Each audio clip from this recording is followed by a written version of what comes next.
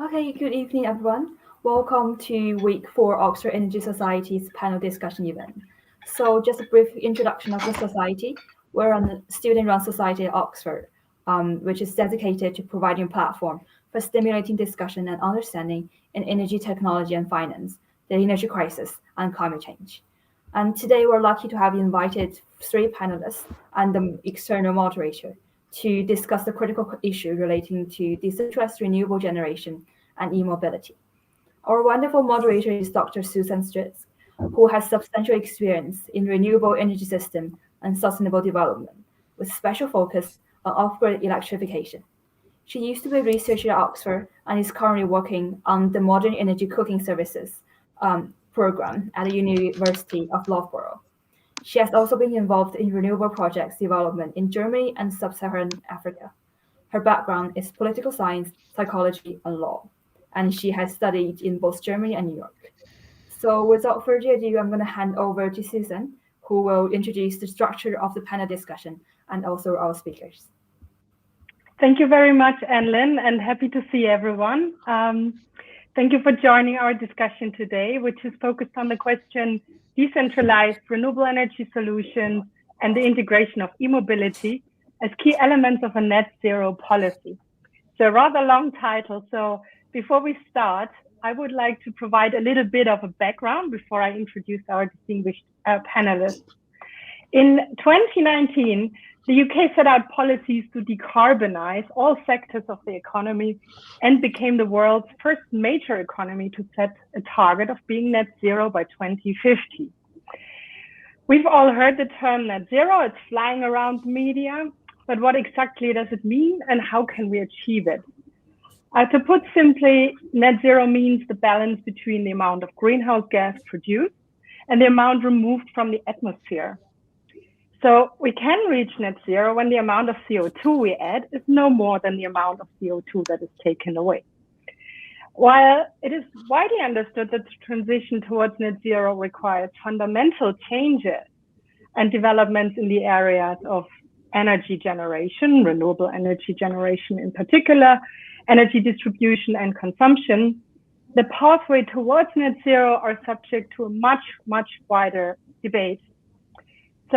And at the center of this debate are often discussions about how many megawatts of renewable energy need to be added to the electrical grid, usually large solar farms or wind parks that are often promoted, as well as questions about energy storage, as renewable energy sources tend to be intermittent, and finally, how to decarbonize the transport sector.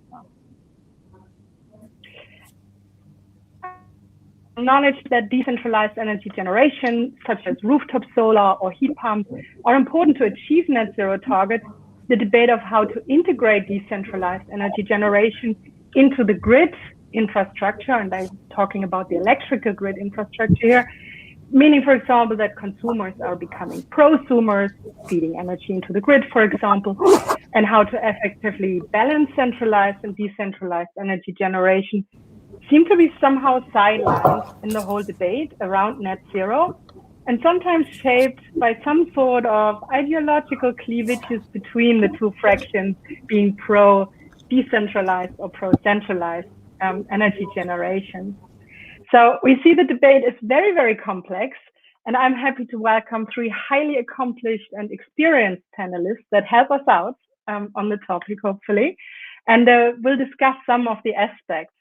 So specifically, the future role of the potential integration of decentralized energy generation from an energy market and electrical grid perspective, the inclusion of electric vehicle infrastructure, and sharing learning lessons from various countries, as well as practical examples of how these concepts being implemented. So we're looking forward to receiving questions from the audience during our session, and I see the chat is already going on, so it's very great to see everyone being active here. Thank you. So please feel free to post the questions in the chat. I will channel them to the panelists during the course of the session, which we think lasts around 1.5 hours, so we'll see how far we get. But before we start, I would like to introduce our panelists today. Our first panelist, is Dr. William Bluth.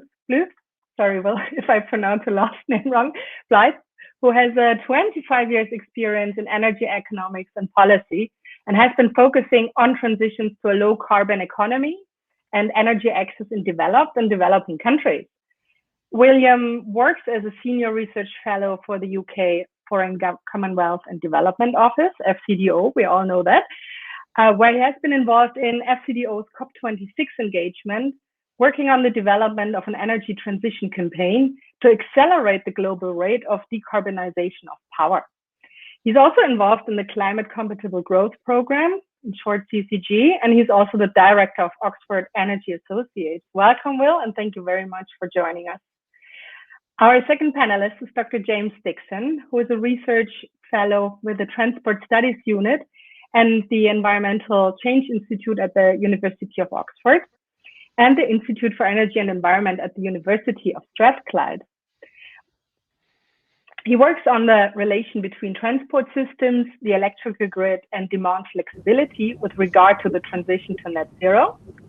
And James has also worked as an energy systems technical specialist at the Department for Business, Energy and Industrial Strategy, advising policy units and ministers on issues relating to low carbon energy systems.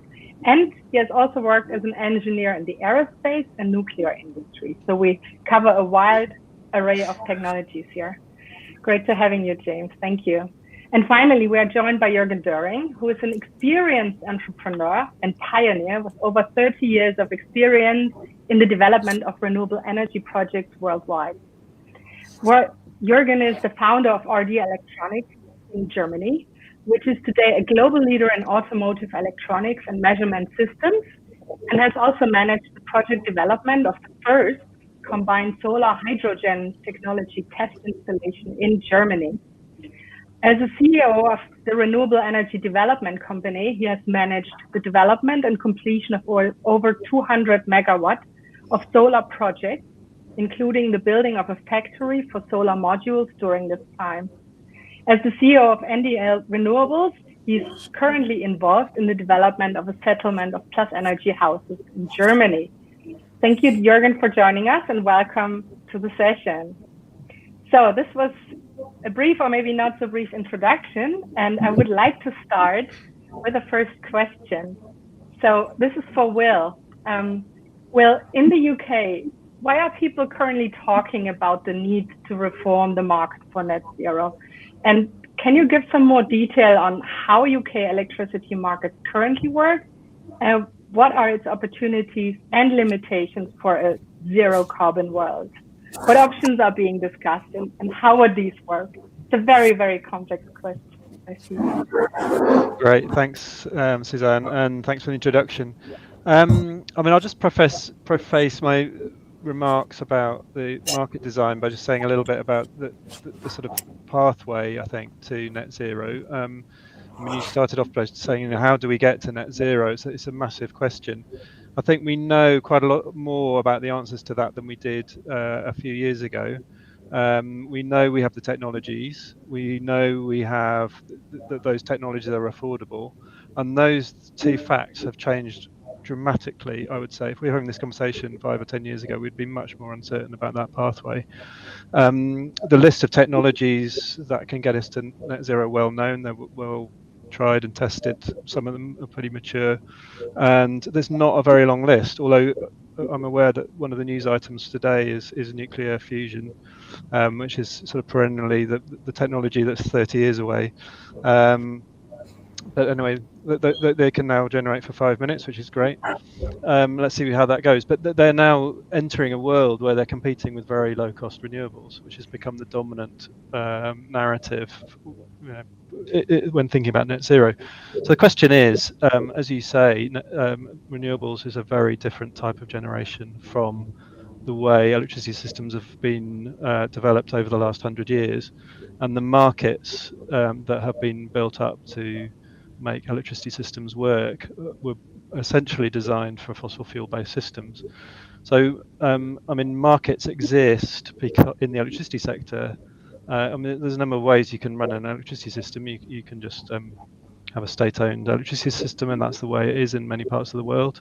Or you can essentially privatize it and say, well, we're going to create investment signals to private companies to invest in the things that we think or that they think will be, delivering the services that people want. And that gives you, in a perfect foresight world, those two things end up being the same thing. They give you the least cost solution. Some people think that markets are much more efficient at doing that. Some people think that central planners, can do a pretty decent job. So that's all to be kind of discussed and on the table. But the way electricity markets have been designed up till now has been very much based on the price of a megawatt hour of electricity is based on what the cost of generating that at the point of generation is. And so that works when you've got generation from gas, for example. The predominant cost of gas of generating electricity from gas is the gas itself. So if gas prices go up, as we're seeing right now, then electricity becomes expensive. When they go down, prices go down. That's fine. But in a renewable energy world, the cost of generating a unit of electricity once you've built your renewable plant is virtually zero. So in that world, you don't have an obvious mechanism to set the unit price of electricity at the point of generation. So at the moment, it's renewable generators just get the marginal price that is set by the fossil fuel generators. Once you've got rid of the fossil fuel generators from the system, there isn't an obvious way that prices will be set under current market design. And we've already seen that in lockdown in the UK. Prices went negative in the early stages of lockdown when demand collapsed because maybe economic activity had gone down, and it was very sunny and it was very windy. We're seeing, that's sort of reversed itself this winter when the wind stopped blowing. So you can see the sort of the variation that you get from markets, depending on conditions, are not well suited to remunerating investors in long-lived fixed assets with a fixed cost. So that's the current way prices are generated, and the debate really is still to be had. There's a lot of I see people in the discussion from National Grid and others. This is a really rich area for people to come in and solutions to be found in engineering, sort of social sciences and economists, and a lot of thinking needs to happen about how do you design markets. And it's a debate being had right now about what does the electricity market of the future look like. Thank you very much, Will. That was very comprehensive, and I think it made very clear how the market has to change, and the pricing for energy probably has to change if we integrate a lot more of renewable energy into the electrical grid. So, Jürgen, shifting a bit from the energy market, from a renewable energy project developer perspective, what do you see are the key pillars of a net zero strategy, and what is needed based on your experience to achieve net zero, and what has to change in order to achieve the ambitious targets? I think thank you very much for the introduction, Susan. I think from looking from a project developer standpoint, there's a couple of things that I would like to see happening in the near future. One of the things is that Will already stated that prices have gone down for technology, and technologies are available actually to make the transition happen to go for renewable generation, let's say also distributed renewable generation, and the cooperation between, let's say, those that generate and those that consume, if you look into more dense populated areas and things like that. That all would need a little bit of a framework that allows the easier access to the energy markets for those that generate, to do their own contracting concepts and other things. But what I'm seeing is you need some more integrated approaches, and there is a very tiny little gap that is still missing to close that from a technology standpoint, to make, let's say, those schemes that we see today, as Will stated earlier, that, okay, we still have the problem that the non-continuous generation like wind or solar needs to have a complementary, let's say, storage. And those storages start to emerge right now. And the way we are going to operate those systems in a network environment as co-producers or co-generators is the one that we have to focus on. So that would allow us to go into solutions that that is easier for people to understand. So one of the things that I think is necessary in the very near future is get more awareness of where we are actually. And we're much better than we think we are. And many people still have the understanding that once they invest into any of those, let's say, tiny systems, that they would work from their own properties, this is still adding cost. But as we can see, as the energy prices are really skyrocketing in let's say, comparison to the past, that's not a real, that's not a real showstopper anymore. So actually, that would accelerate the implementation of such schemes. And so I think a little bit of the frameworks that we have right now is one thing. And the other thing is we need to look differently on the financing schemes. But I think that's its own topic to see is how to finance those investments that are probably necessary, but not as high as people think they are. Thank you, Jürgen. I think we will touch on the financing issue a little bit later, but yes, accessibility to the grid and generation opportunities connected to the grid are one key area. So that's an interesting dimension. So, but I would like to just move a little bit towards the transportation sector. So James, you have been working a lot on the role of the transport sector for the transition to net zero.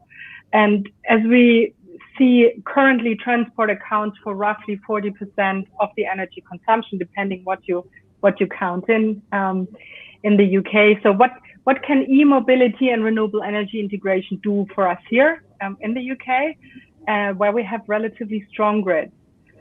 Yes. What do you think are the barriers to make this work effectively, and what do we all need to do to make it work? Great. Sorry for cutting you off. Thank you for the introduction as well. So I think in answering this question, you have to take stock of a problem statement of the UK. So you mentioned transport takes account for something like 40% of our energy demand, but in terms of emissions, it's also huge. It's something like 23 to 25%, and this comes from the fact that virtually all of our transport demand, so 98% of our demand for moving around humans and goods, is derived from burning petroleum. And as Will alluded to, and you self alluded to in the introduction, we've all collectively decided that this very much needs to stop, and we're going to move all that demand from the petrochemical supply chain to the electricity system.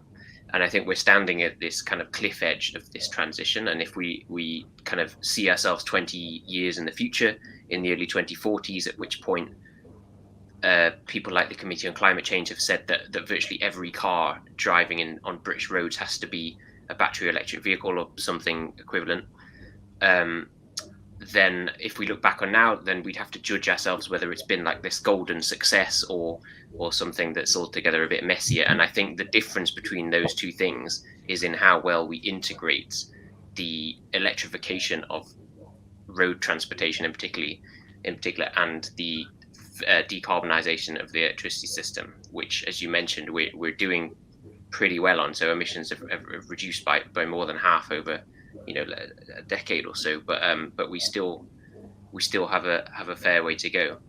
And I think so by this integration of e-mobility, by which I don't just mean cars, I mean sort of electric motorbikes, electric buses, even electric ships, and a power system is basically using this one property of electric car refueling or e-mobility refueling, is that they're recharging via a plug-in vehicle or via a battery swapping station is remarkably flexible. So it compares to no other sort of electricity demand we have in our house. I need the hot shower when the shower's on, but the car is a phenomenally underutilized asset. So I can look outside my window right now and I can see cars all over the street. The average British car spends 96% of its time parked somewhere, 76% of its time parked at home. So if you can imagine, for a good chunk of that 96% of the time, it's plugged into our national grid. You just have this distributed energy storage. And the really encouraging thing is that you don't need much to make this work really nicely. So the people at the Energy Systems Catapult, which is sort of a kind of part public funded agency in the UK for providing energy systems modelling to government, give you the numbers on the kind of required electricity storage for a kind of UK net zero power system. And if you run the numbers on kind of typical battery capacities of electric vehicles, then it's something like 2 to 3% of the current UK car fleet could provide that battery storage need for the entire country for a zero carbon power system. So you kind of start to imagine that there's this enormous potential, and I think specifically what we need to do is, it essentially comes down to supporting the power system. So if this flexibility can work in taking power from the grid, and it can also work in giving power back to the grid. This is something that people are starting to call vehicle to X or vehicle to grid. This is a really exciting world, and essentially this is sold by kind of third parties in a UK context, such as things known as aggregators and virtual lead parties, onto the power system in real time to help support the system to balance out the kind of peaks and troughs between supply and demand in a high renewables power system. I think you asked about the barriers. I think one thing has to be kind of consumer uptake and consumer awareness. So we've seen sort of very recent schemes with things like vehicle to grid, and even though the majority of consumers that take part in these schemes very much want to see it again and want to see it as an available feature they can get on a vehicle, but before they take part in these schemes, most people haven't heard of it. Most people don't know what vehicle to grid is, and so we need to couple this kind of consumer awareness is a massive factor in the transition, and that goes way beyond transport, way beyond cars, and it's more about kind of taking a consenting population to net zero. I think that's probably all I can remember from your original question. Thank you.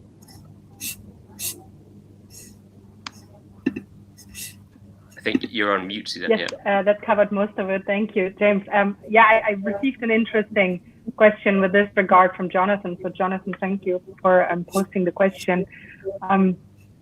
He's asking, with e-commerce driving up both supply chain emissions and the demand for delivery vehicles, how do we begin to electrify supply chains, particularly last mile delivery?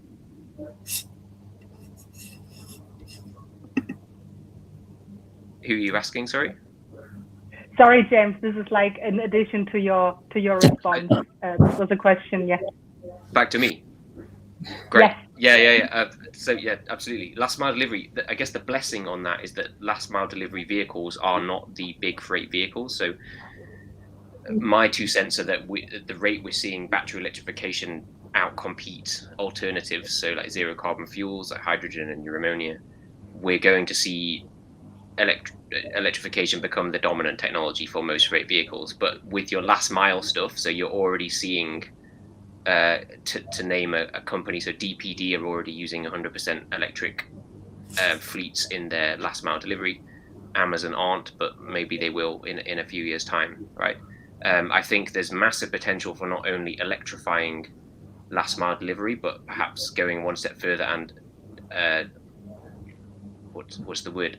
Even like demotorizing it.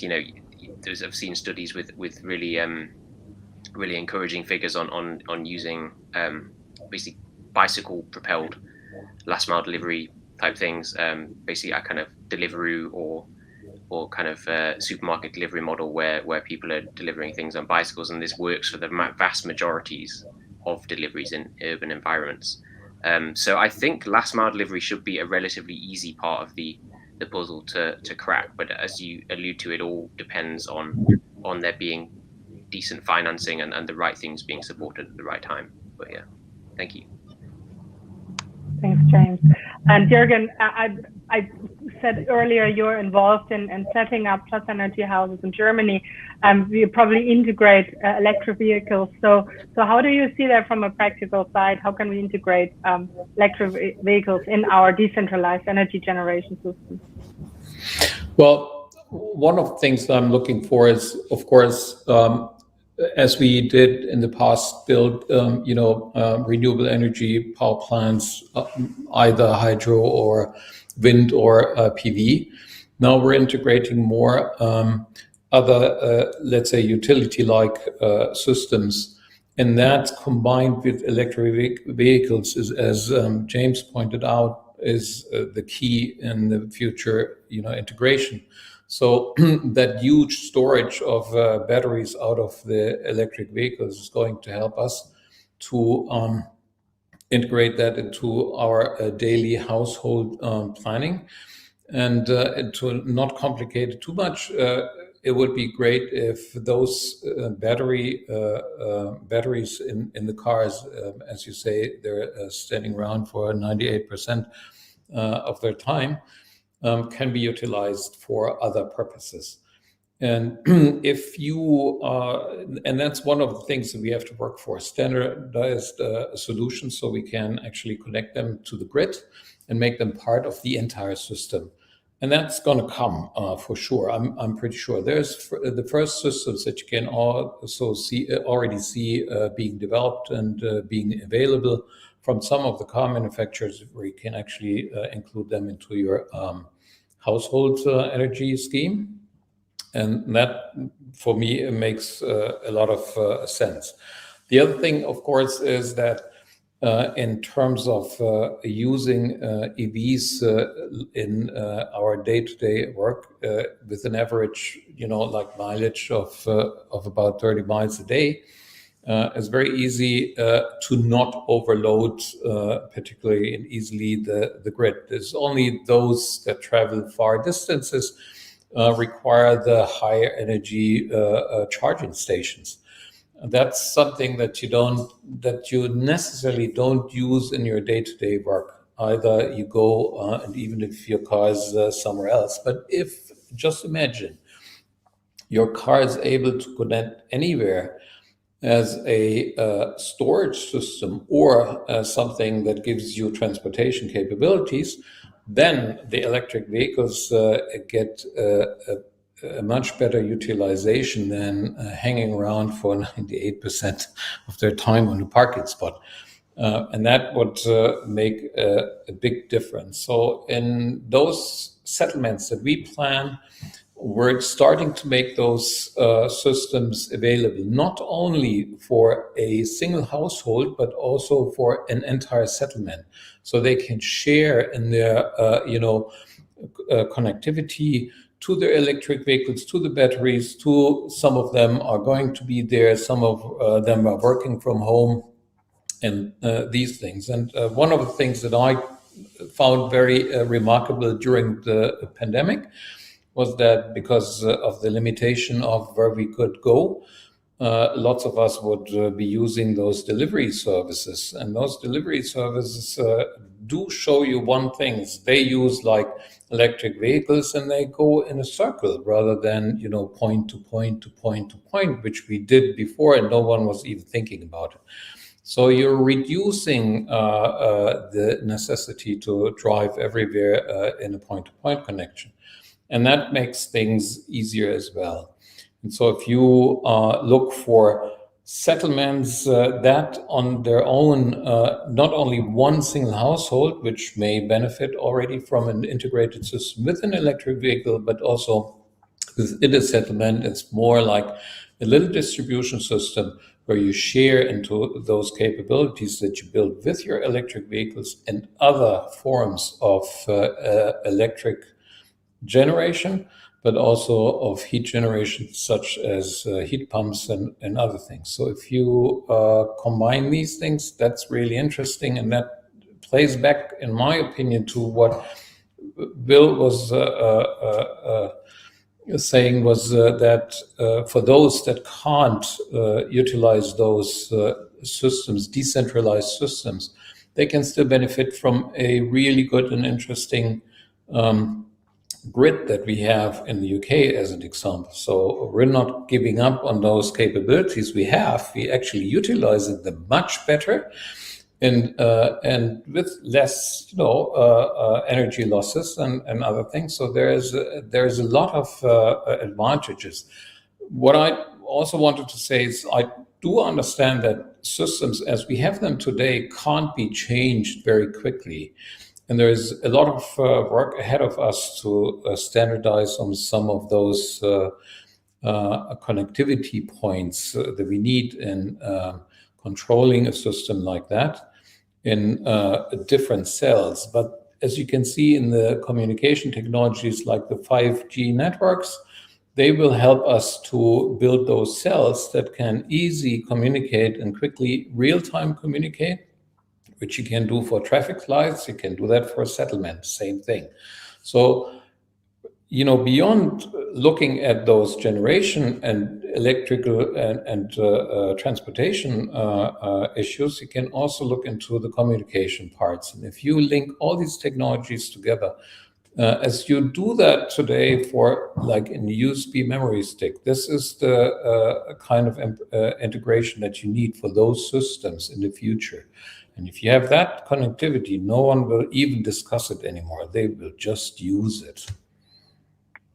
It's a very interesting outlook, touching on communication, information technologies in this in the relation to net zero. That's definitely something we should discuss a little bit further. But you also mentioned heat pumps, which brings me to my next point. Well, we've talked about the integration of electric vehicles now and touched a little bit on all the issues around. What other types of integration do you think is needed in the UK and other European countries, looking, for example, at heating in particular, which is a problem due to poor housing stock? Thanks. The UK is in a sort of, I don't know if it's unique, but it is an unusual situation, I think. I've been in international sort of fora quite often, and people are like, why is the UK always talking about heating? And usually, think about most of the world, it's like they're either in cold countries where they've sorted this out and they've got well-insulated houses and, they actually function well, or they're in warm countries where heating isn't a problem. But the UK seems to be somewhere in between, where it's not super cold, and I don't know if it's why, but we have really bad housing stock, and it's old, and we also have a pretty deregulated rental market, and the landlords don't have any incentive to fix it, and the people the people renting the houses don't have the incentive to invest in the infrastructure of the house. So but it is an odd. So anyway, we have a high heating load. Obviously, that's very seasonal, which causes problems for any type of design of an infrastructure-heavy energy supply system, because you're only using it half the year, or less than half the year, possibly. So it's kind of inefficient use of infrastructure, and it causes, you've got a huge sort of shifting energy from one season to another problem, and so this. I think the debate is moving towards heat pumps and therefore sort of electrical loads, which takes you down a certain sort of pathway. I think we might have lost Susan. She said if she drops off, we should keep going. So I'll keep going. Absolutely. So but in an electricity sort of, if you're moving towards electrical heating, then you have to find ways of delivering that amount of additional load. It's huge. The total energy might not be as big as transport, but transport runs all year. So when you look at the actual power requirement for heating, it's really big. The other option is to stick hydrogen down the gas network, and the gas companies are all for that and promoting that option quite heavily. and then you put hydrogen through your boilers instead of gas, and question marks about how safe that is, and lots of things to sort out. But anyway, the point I just wanted to make was where you go on that sort of pathway is the sort of thing we're still pretty uncertain about, and it takes you in a different direction at a macro level about how the whole system's going to balance and then which also feeds into markets and what the price signal is going to be and all these things, because it's still pretty uncertain. But also has heat storage. If you've got an efficient house, then you can load your, that can actually be thermal storage for you as well, which can help smooth out. You heat your house up one day and it's still warm 2 days later. It doesn't matter if the wind stopped blowing in between. So that's your ideal outcome. I think, yes, you said the efficient house, Jürgen. I think you developed some of these solutions in Germany, which was a newly built. So maybe you can share a bit of these experiences. And if you could also link this to, existing housing stock, as Will mentioned, the one we have in the UK. So do we have to tear down everything and build from scratch, or is there a way, to combine both? So it's two questions. So. Well, there is one reality that we have to look for in many of the designs that we see today in, let's say, heating a building or cooling a building or ventilation or anything like that. The building standards that we use today are so outdated that if you link, let's say, requirements that financing bodies like banks or any like that, those are, kind of imposing on your financial scheme. Those standards cannot apply anymore. If you want to go down for, certain steps and reduce that requirement for the heating, as Will just said, you have to leave those standards behind you. And that's the biggest problem we have right now, because there's requirements from the financing bodies that require certain standards. But those standards are not applicable for those new systems, like heat pumps, as an example. I can give you an example. A 10,000 square foot building probably will be designed on a heating scheme and cooling scheme for 100 kilowatts. And what you really need is 4. And this is the gap right now that you see. And that's what we're doing right now. So reduce it to a regular building that you would run as a detached house with, 1,000 square foot or whatsoever. The energy that you need to heat that during the entire winter and generate your warm water is 1.5 kilowatt electrical power in combination with the heat pump, which is less than your kettle that you're using. That's absolutely, not understood right now and not known. So still you go out and look for, let's say, a heat pump is still is oversized, the solutions that people offer to you, because that's what they're coming from. So those standards have to change dramatically, but we can change then the demand dramatically. And in combination with all the other, let's say, integration, that would make a big and a huge difference on its own. The second part of your question was, does that only apply for new buildings? In certain ways, new buildings give you some opportunities, because now you can come down to better insulation, and of course, you can use your heat pump as well for cooling purposes at the same time. If you have a soil-based heat pump, then that gives you the opportunity to use and utilize this system for way more years, because you're putting energy back into the soil that you previously got out of it. And so those systems live for a way longer time. But that can also be applied for old buildings.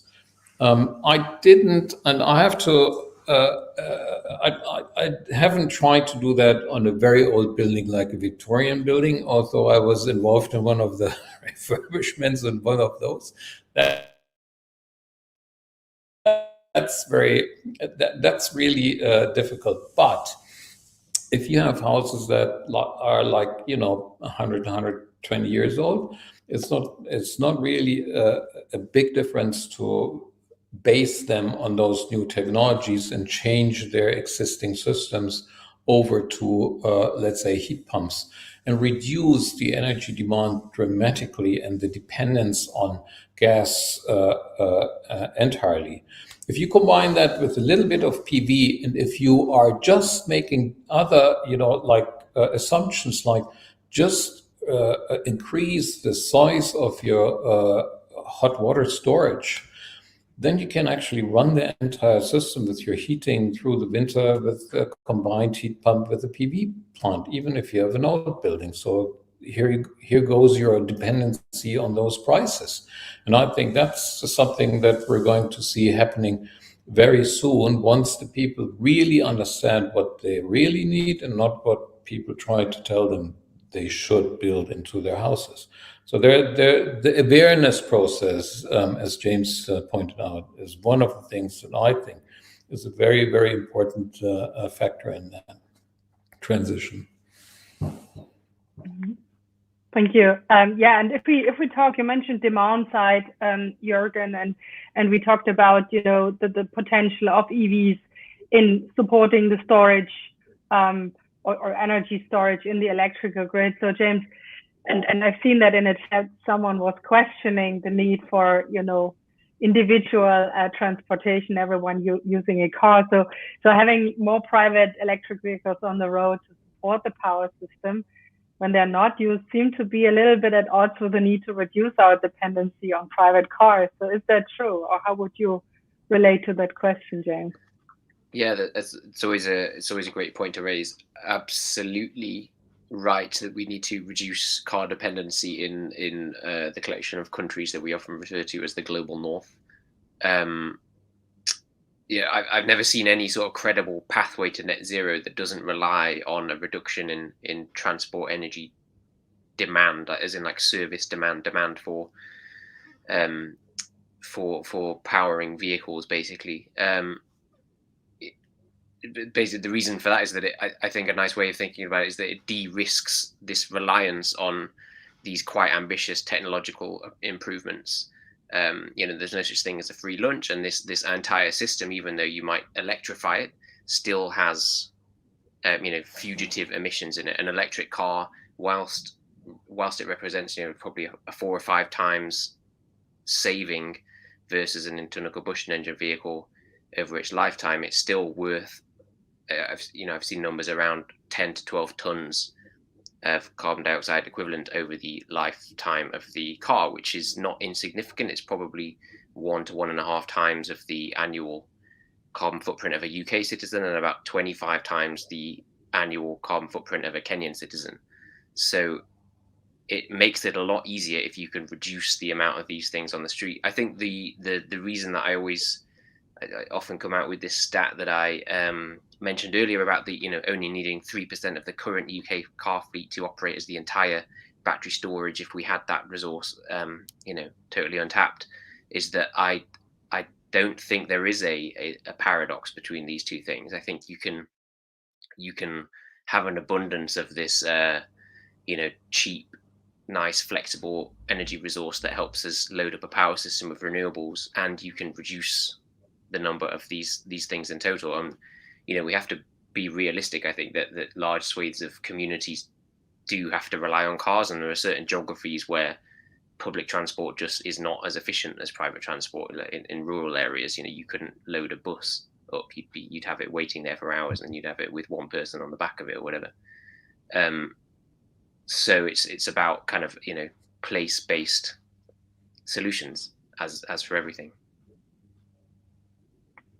Thanks. Well, yeah, it's a bit of hand and egg discussions, right, with these empty buses. So that's always going on. But interesting. I like that comment about the 30%. That at 3%, sorry, of course, covering the storage capacity. That's very interesting fact.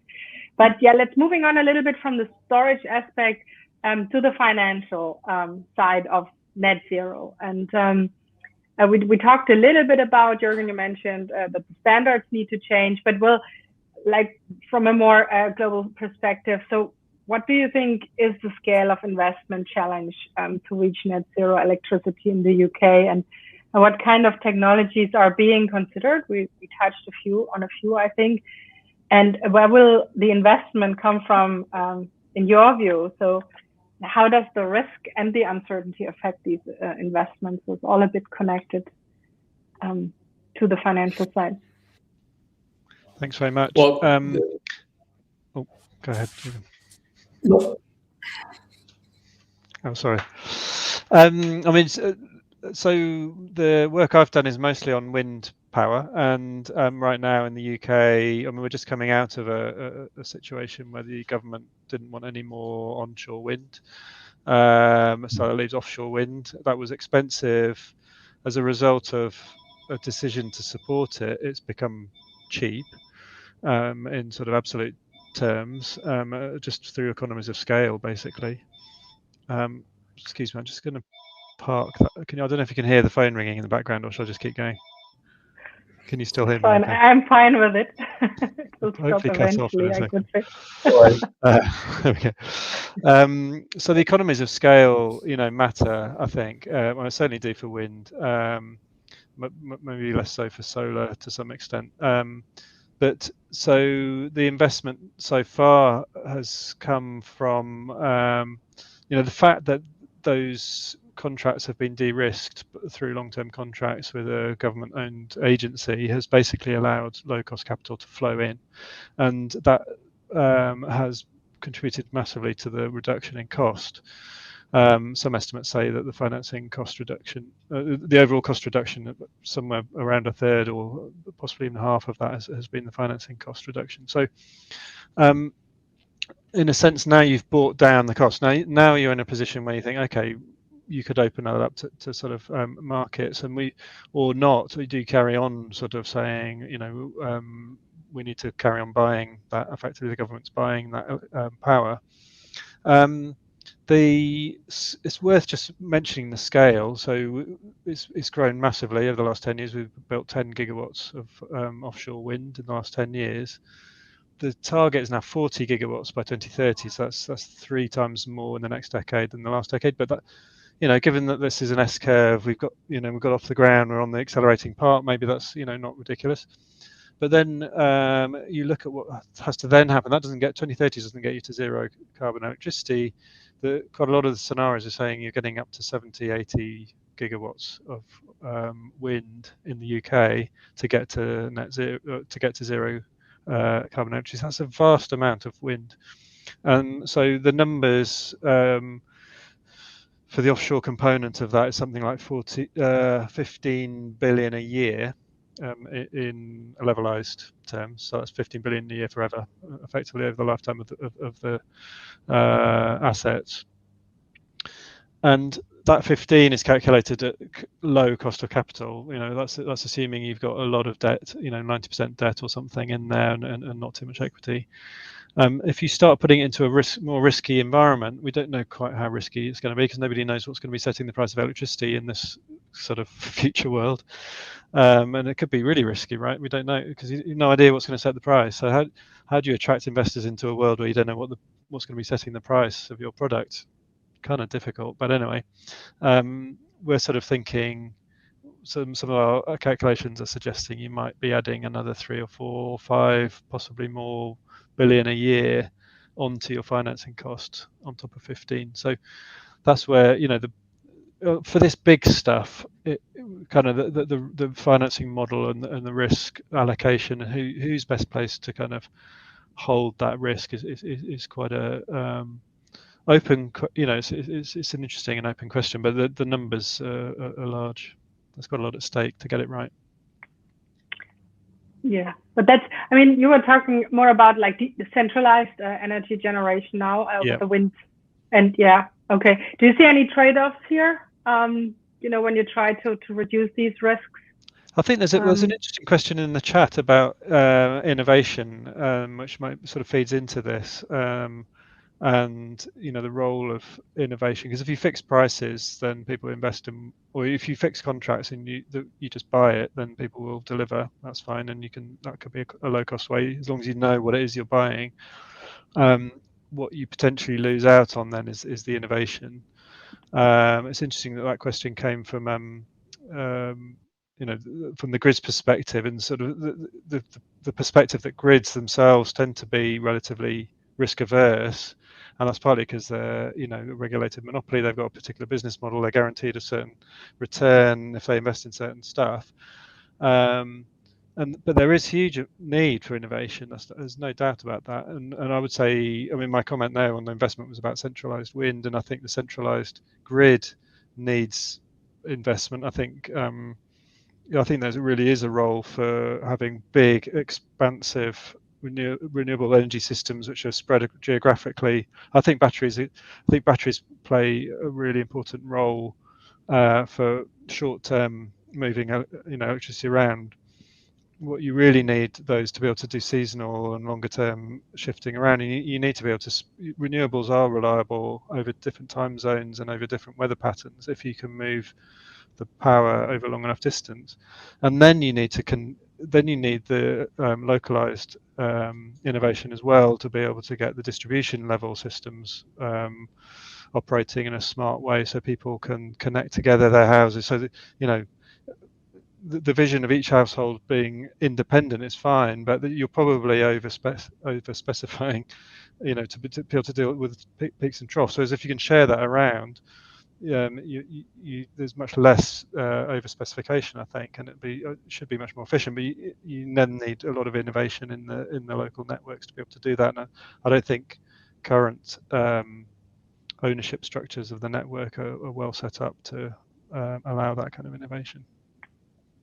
Yeah, thank you. Well, that's an interesting point I would like to take up here. So moving from the centralized to the decentralized energy generation and how to integrate both again, and how to finance that. I think they're completely two different streams of financing, right? A megawatt project of offshore or onshore wind now is completely different story to like a decentralized project. So, Jürgen, just from your perspective, as you are more involved in the decentralized setup of these models, what do you think are the financial barriers that complicate investments in such integrated projects or decentralized projects?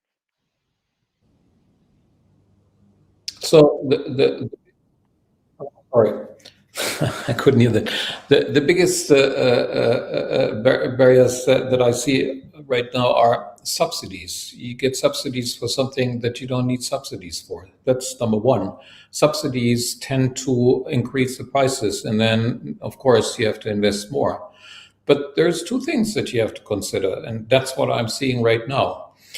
If you don't go for decentralized, like a single household, but like a settlement and things like that, if you combine those things with the savings that you have, especially in designing those or sizing the necessary components within an infrastructure like that, then you can actually end up with the same price than you had to pay for in the traditional way. So you don't have to invest actually more money for it. And the de-risking factor here in that point is if you can combine and start to combine those with those new, let's say, communication protocols that are coming out with the 5G networks, which are used for cells, which actually stands for a settlement or an intersection or whatever, or even a factory. Within a factory, you use these cell communications now, and they're real time. So if you invest in something that doesn't actually cost you more in building it, but which will avoid dependencies of increasing energy prices, it's a no-brainer in my opinion. Right now, your biggest barriers are, if there are subsidies, prices are going to go up. And those prices are artificial. They do not reflect what we have as a technology. They do not reflect what we and doesn't help the prices to stay where they actually should be. And wherever you stop those subsidies, you can see those prices are developing very well. Recently, I mean, the UK had to subsidize nuclear power to be, competitive with renewable energies. That is one of the funny parts that I could see of Ofgem when they introduced those schemes. And that's really interesting. So get rid of the subsidies on one hand, downsize the size of the implementations that makes it worthwhile, and you don't have to pay anything more. So what I can see is when we look for prices in these areas, we're not asking for anything. What we're asking for is the connectivity. And that's the part of where innovation comes into play. Once we can connect all those systems and interact with our neighbors, makes a lot of sense. And that there is more, let's say, tasks that you have to look for. One of them is that we can't just use this kind of approach for everyone. So we will see different, grid infrastructure. We will see in different countries, of course, we have different parameters here. We do have big cities and countrysides, and we have different kind of infrastructure. If you look to those things, there is a variation necessary for those solutions. But actually, the technology exists. It hasn't been interconnected yet, but it will be, and that's just a question of time. And it's not depending, and from my opinion, it's not depending, it doesn't add risk to you if you invest into something that doesn't cost you actually more than the traditional solution. And that's, in my opinion, the way forward. Yeah, okay, that's interesting, especially about the cost perspective. James, do you have anything additions there, specifically on the integration of EV and decentralized energy generation and centralized energy generation in terms of de-risking financial investments? Or do you have any calculations of how much investment we need to make the transition happening in this sector? Calculations.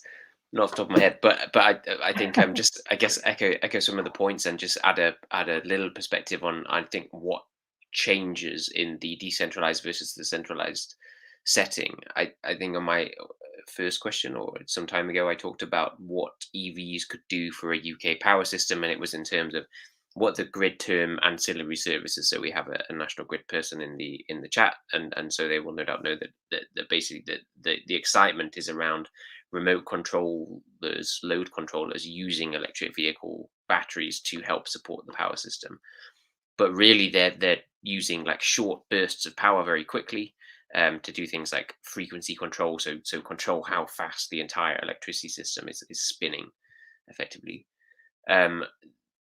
No one really talks about in the UK context what we call arbitrage. So that is a French word which means like buying and selling, I think, or moving around in time. So basically, you buy bulk energy at one time when it's cheap, and then sell it later down the line when it increases in price.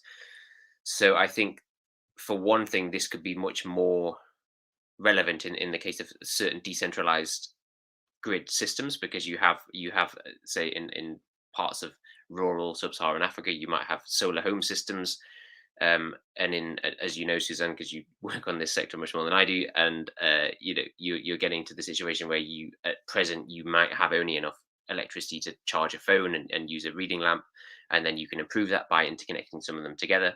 And then could you now improve that further still if you had, say, a community vehicle for which battery could support times of sort of power outage, as it would be.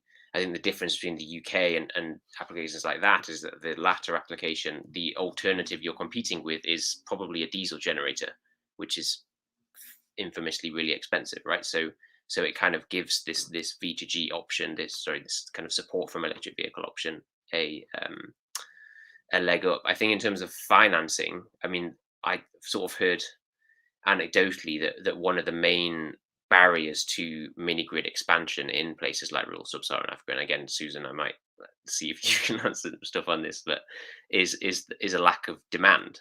So you can actually use the growth in e-mobility, and what we've been looking at as part of the climate compatible growth project that Will mentioned at the beginning is the idea that you can use the growth in or the transition from petroleum powered mobility to electricity powered mobility to say, hey, grid operator, we're going to now guarantee you that this much kilowatt hours of electricity is going to be demanded from your infrastructure, and therefore you can make your business case that much easy to build. And that grid operator could be a private company, or it could be a state developer. And the same thing goes for a renewable developer. So if you're looking to build a new solar farm, and you know that you're going to have lots of flexible charging demand that's normally sitting around before, say, a taxi shift starts in the late afternoon, then you can use it to kind of de-risk and kind of using financial terms that are sort of outside my area of expertise, but de-risking is one I do know. Just basically these win-win solutions that complement both fronts. Yeah, thank you, James. Yeah, I would not venture now into the off-grid Africa debate, because that would be another long panel discussion. But yes, well, if you say the demand, the lack of demand is basically based a lot on the lack of affordability. As we know, we have a different pricing structure in the off-grid sector in Africa, for example, than it is elsewhere, due to various reasons. And there are some interesting dynamics in terms of electric mobility, but it's very early stages, and mainly also due to various factors like, affordability, pricing, lack of infrastructure yet. So it's a bit hen and egg again, what we see here, but it's definitely going to be an interesting debate in the future. But before touching a little bit on the perspective, I have one last question, more like on the UK focus, and I would then move a little bit to the perspective behind to see what kind of learning lessons can be generated from other regions for the UK or Central Europe. So,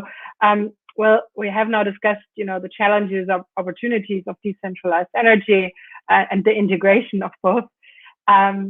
So if we take into account that, renewable energy is increasing and it's going to be a further increase in the future, and, we will also see an increase in decentralized renewable energy, what types of flexibility will the electricity system of the future need in order to operate properly? And now we're including a little bit at the grid perspective. So, what's technology led, but also, how much will depend on consumer behavior? How can we manage that transition from this side? Thanks, Suzanne. I mean, I think the range of flexibility is quite high. So James just mentioned, short-term fluctuations, frequency response.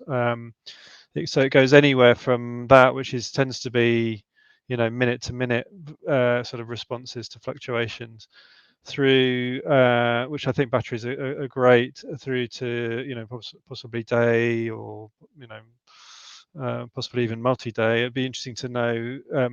Be interested to see your calculations, James, actually on the sort of the percentage of cars you need to be able to to do the load, and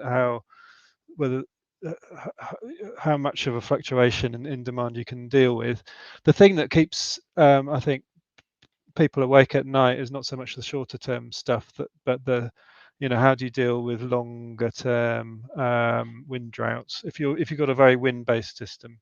I'm taking a rather UK centric sort of perspective here, but a lot of the models that you see on projections of net zero dive heavily into wind, and you can see why, because it looks cheap. But we've just come through a period now, actually. I mean, part of the problem we had in the UK with these high gas prices is that the wind wasn't blowing either. And you look back at the data, it's been below pretty low levels for like 2 or 3 months. It's unusual. So how do you deal with that? I mean, I can't see that a car battery, or even a fleet of car batteries, is going to get you through a 2-month wind drought. So we need flexibility all the way from second to second, minute to minute, day to day, month to month, and I think they all create their own challenges, different technology solutions. I think most of those are pretty solvable, but the one that worries me is those longer term ones. Okay, James, do you want to respond to that statement Will made regarding the car batteries? Yeah, so I was actually, I think the screen was flickering on my face because I was trying to find the calculations. It's off the top of my head, it's something like 35 gigawatt hours, I want to say, of storage at something like 10-ish gigawatts of sort of instantaneous delivery is the high scenario for energy systems catapult's net zero power system. And CCC have something similar, and it's broadly similar numbers. I think they need 18 gigawatts. And so basically the number is, I think we figured that the average battery size of a new EV on the market is around 40 kilowatt hours. If you take off 6 kilowatt hours for driving 40 kilometers a day, which is more than twice the UK average, then you have 34 left over. And then you times that by 31 million, which is the number of cars in the UK. And you can deliver that power at 7 kilowatts. It's sort of like the maximum theoretical case. And of course, you're going to get nowhere near that if you rely on people being around. But of course, we said that the sorry, my computer's being weird. The cars are parked at home for 76% of the time. So the numbers do start to look quite promising. And I think the next thing that we're going to look into over the next few years and the next decade is how we can make this work with the markets. I see there's a question about the impact of battery life the impact of V2G on battery life. And it's these kind of things. It's consumer awareness. It's making the case for it. It's, of course, making sure there is a case for it.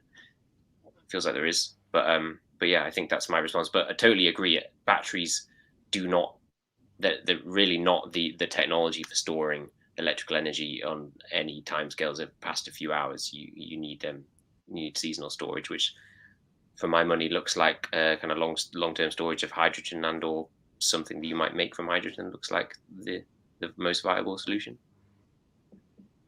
Jürgen, do you want to respond to that, being involved in such projects? Well, I just wanted to add something that is a very interesting part of that discussion. Looking at batteries in vehicles, of course, you would doubt that all the potential, let's say, capacity that wouldn't be utilized in an everyday's use is available for the market.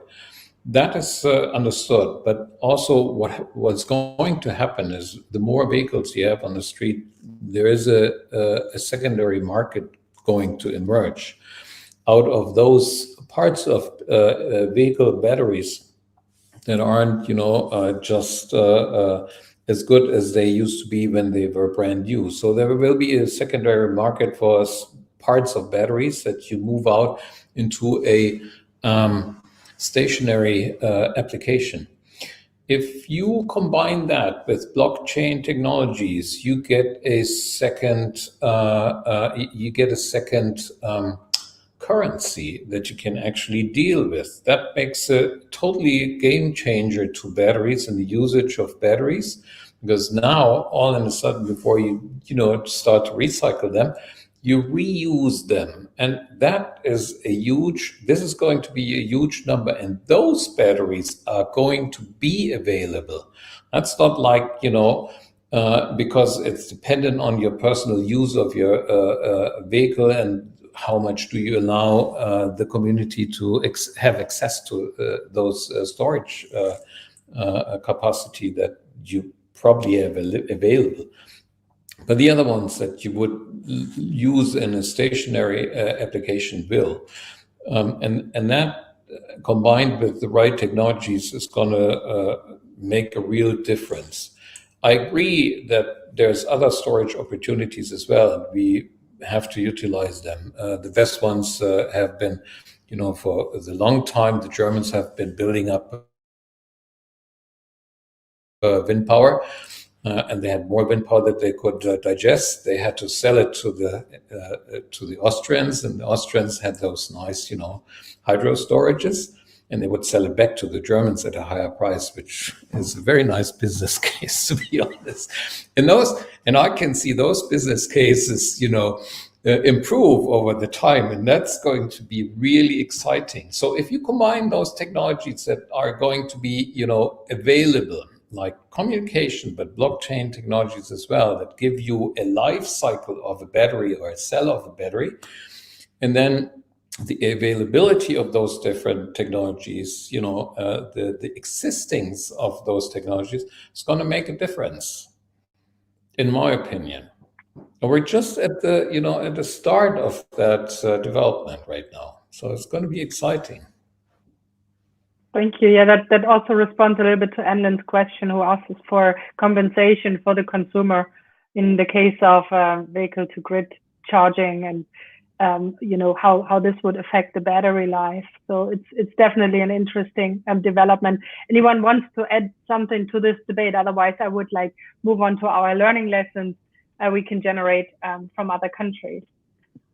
Okay, so maybe, sorry, there's just an interesting analogy I was just thinking about, because Will mentioned a while ago about heat and how it's the issue with the value chain. It's the private renter and the landlord and who pays for the insulation or the heating technology. I think the same thing is very much true of the support to the power system from electric vehicles. That we're seeing the emergence of business models where, say, the equipment manufacturer or perhaps some sort of energy system interfacer, like an aggregator, is the person who owns the asset of the battery, and then they are responsible for maintaining that, and then they're also subject to any remuneration of those costs, subject to the kind of consumer constraints. And I think that is an interesting thing to think about, because it kind of changes how we do things, right? And it changes how that value chain sits. So I think, just wanted to maybe throw that thought out in there. But it's definitely a good point. We're always thinking beyond and including all the components. We're always talking about electricity, but yes, heating and other components are playing a big role here. So if we look beyond Europe, so the UK isn't the only country facing the questions of integrating centralized and decentralized energy generation on the road to net zero. And important learning lessons can already be drawn from other regions, for example, in the global south, where we don't have the luxury of a strong electrical grid. So, where centralized and decentralized energy generation exists in a much more wider space and at larger scale than it does in the UK. So, question here for Will. So how are developing countries approaching this question of, the relative contribution of off-grid and on-grid access to electricity? And what are the key economic and social issues driving these choices? Yeah, thanks. I mean, it's a huge question, and as you say, we could have a whole session on this, I think. I think there's a whole load of different examples, positive and negative. I mean, just to pick 3, let's say, I think you've got, one example is South Africa, where you do have a reasonably well-developed grid. You've got great solar potential. Some rural households who are on grid, but it's cheaper for them to build their own solar system. The marginal cost is so low, and the total cost is so low, but it makes sense for them to build, have their own solar system and then use the grid as backup. And that's a nightmare for the grid company, because they're just hemorrhaging their customers basically, but they still have to run the system, so they've got the same fixed costs, lower demand, and it means they have to charge more for their electricity, and you go around this sort of vicious cycle. So that's an example where things kind of going wrong.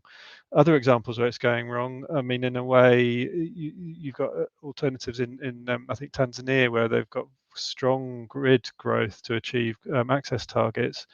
But as James was saying, the demand levels are very low, and there's a very dispersed population, so the grid costs are very high. Low demand, again, unit prices go through the roof. So I think there is, there's a real need to do this really carefully and sort of responsively to the sort of development needs of the country. I mean, a counter example is Bangladesh, where they had a fantastic off-grid program, sort of class solar system rollout, solar homesmith system, and then that got completely overtaken by grid expansion, and everyone's happy with the grid. So, but that's a relatively densely populated country, and you sort of think, well, maybe that's just a logical kind of progress. So it's kind of fine. But so you've gone from something which looked like a really success story for an off-grid rollout, which then kind of worked for a bit. But anyway, so I mean, there's almost every country's got its own story, and the successes and challenges, I think, to be learned from all over. And some of that presages, I think, what we're going to face in Europe. How do you see the unbundling that's going on right now in Southern Africa between, generation and distribution at the moment? So that seems to be quite a trend now to establish. Yeah, I mean, unbundling is the sort of traditional, approach to. That's the sort of, the way the World Bank's always thought about how electricity systems need to be, and it sort of follows the classic model of basically privatization, which we followed in the in Europe, and then all has spread around the world. And it's become a sort of standard model. I think what's interesting is, again, that deregulation model has essentially followed. This is a template.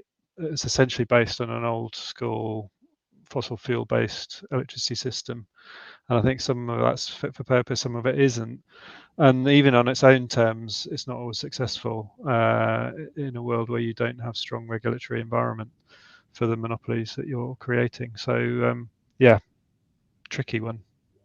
Again, you probably have another whole separate one just on the yes, deregulatory absolutely models. This is such an interesting topic. In my view, a lot of that's ideologically driven with some evidence, but not necessarily always. I think sometimes the ideology is stronger than the evidence base.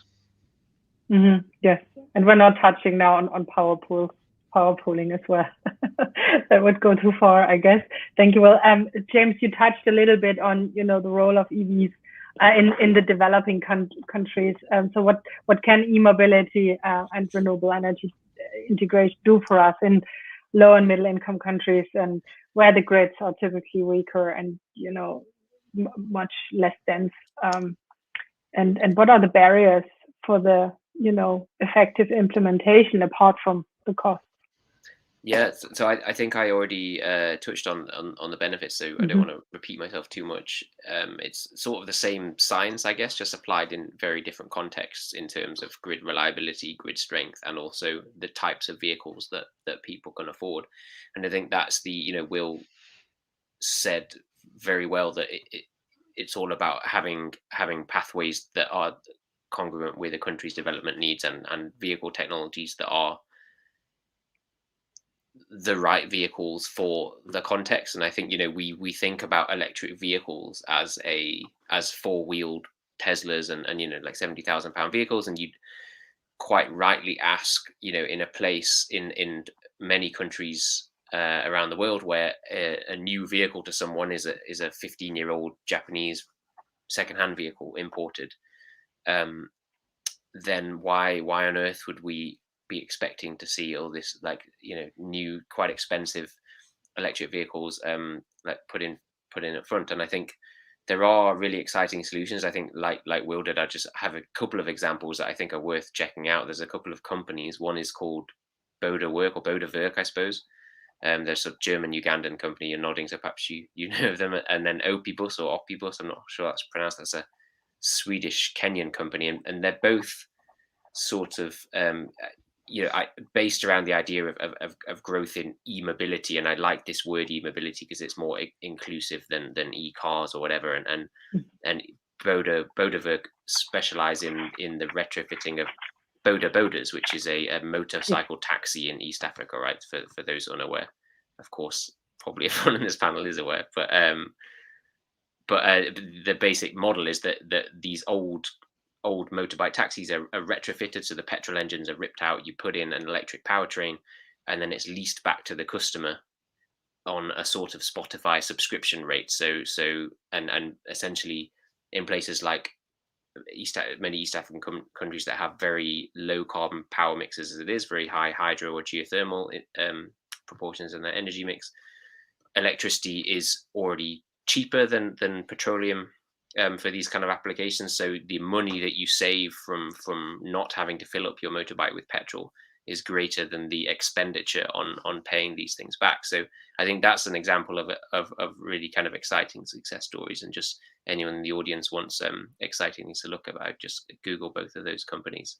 And I think that sort of sums it up. So it's sort of the technology and the financing aspect, and like Will says, you just need to do this really carefully. But I think there's lots of exciting things going on.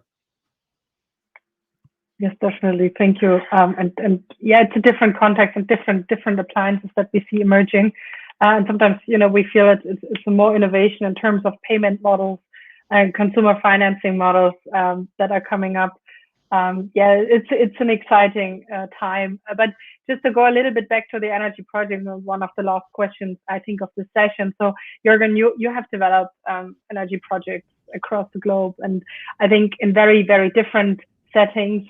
So what are your learning lessons that you can derive from these various settings? And, what are you taking any learning lessons from other places that might be useful for Europe and vice versa? Well, one of the things I learned by implementing power generation in different countries in Europe or in Africa or in the US is the different mechanisms those markets have. So as Will said earlier, because of the monopolies that you have in those countries, go to Turkey as an example. You can't even run a production scheme on your own property as an example. They just want to be involved. You go to countries in Southern Africa where they don't distinguish between energy generation and the grid. You can't really find an environment that you're used to find those business cases there easily if you want to enable private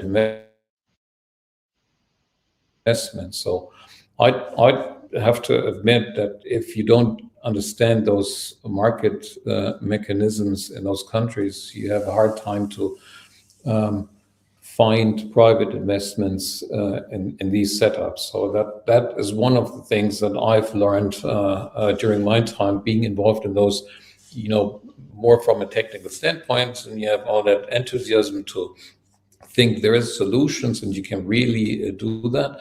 I think it's much better, as James said, if the prices of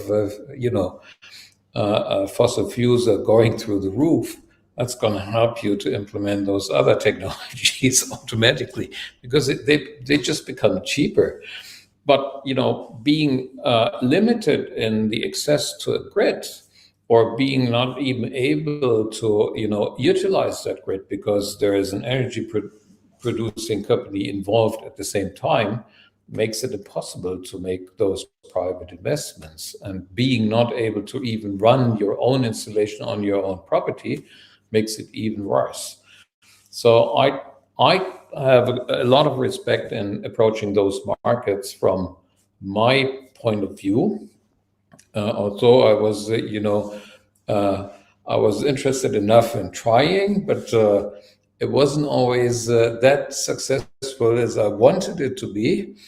Even if you involve the locals, it's just not there. I think the regulations need to be there. The framework needs to be there. It has to be more open to those implementation schemes, and that's what I've learned. So I have to say, in going abroad and trying to implement the same kind of things, because you think the technology is there and the prices are down, is only one part of the coin. The other part is still the, what are you connecting into on the financial scheme, on the energy, participation in a grid or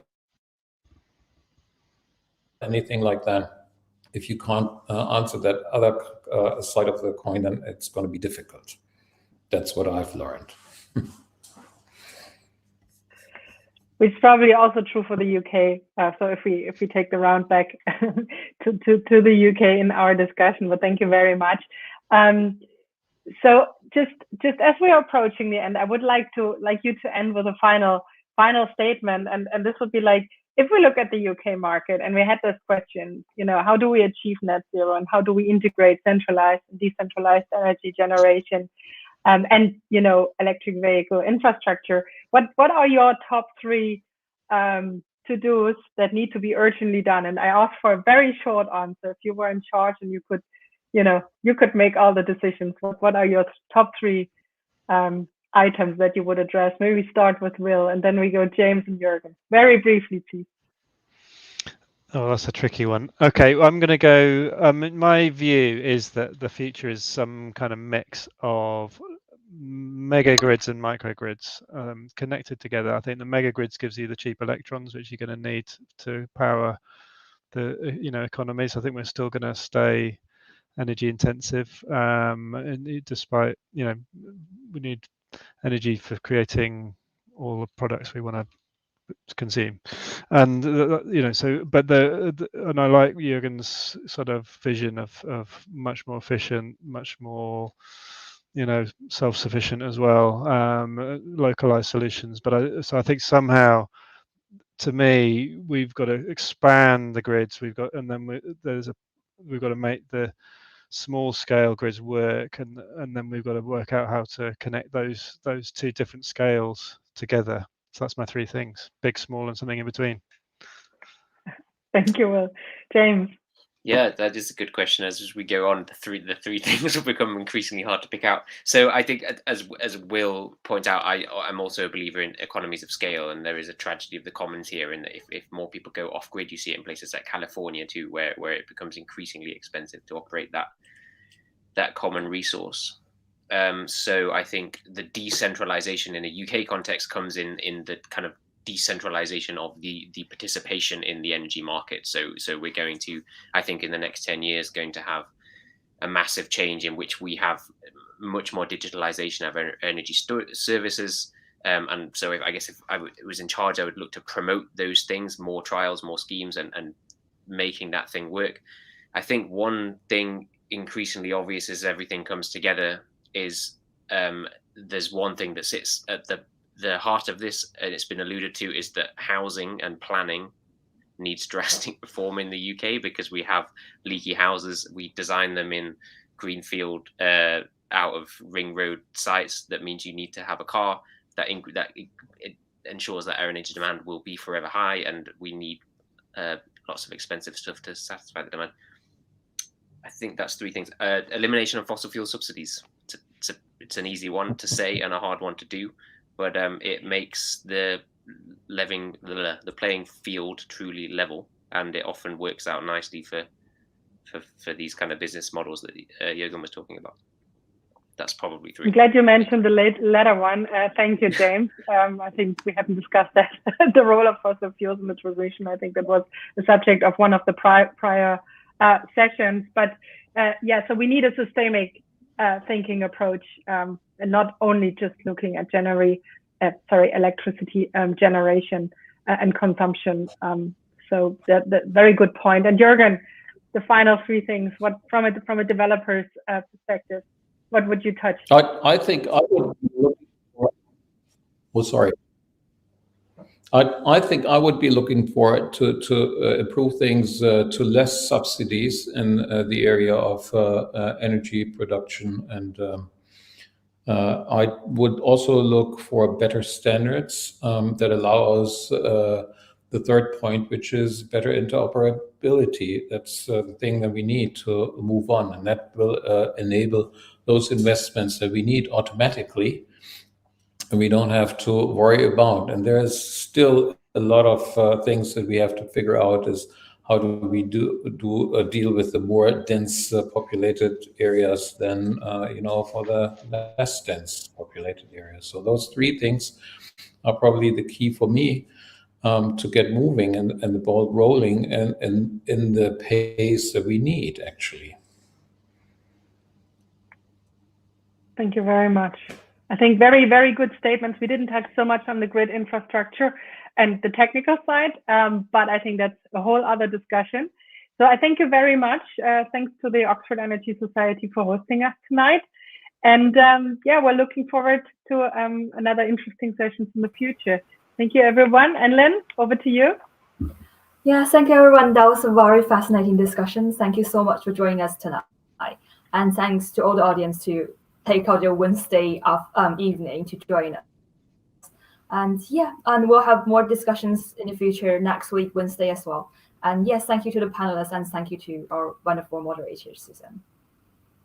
Bye. Thank you very much. Bye. Thank you very much. Thank you. Thanks, Thank you Suzanne. both. Bye.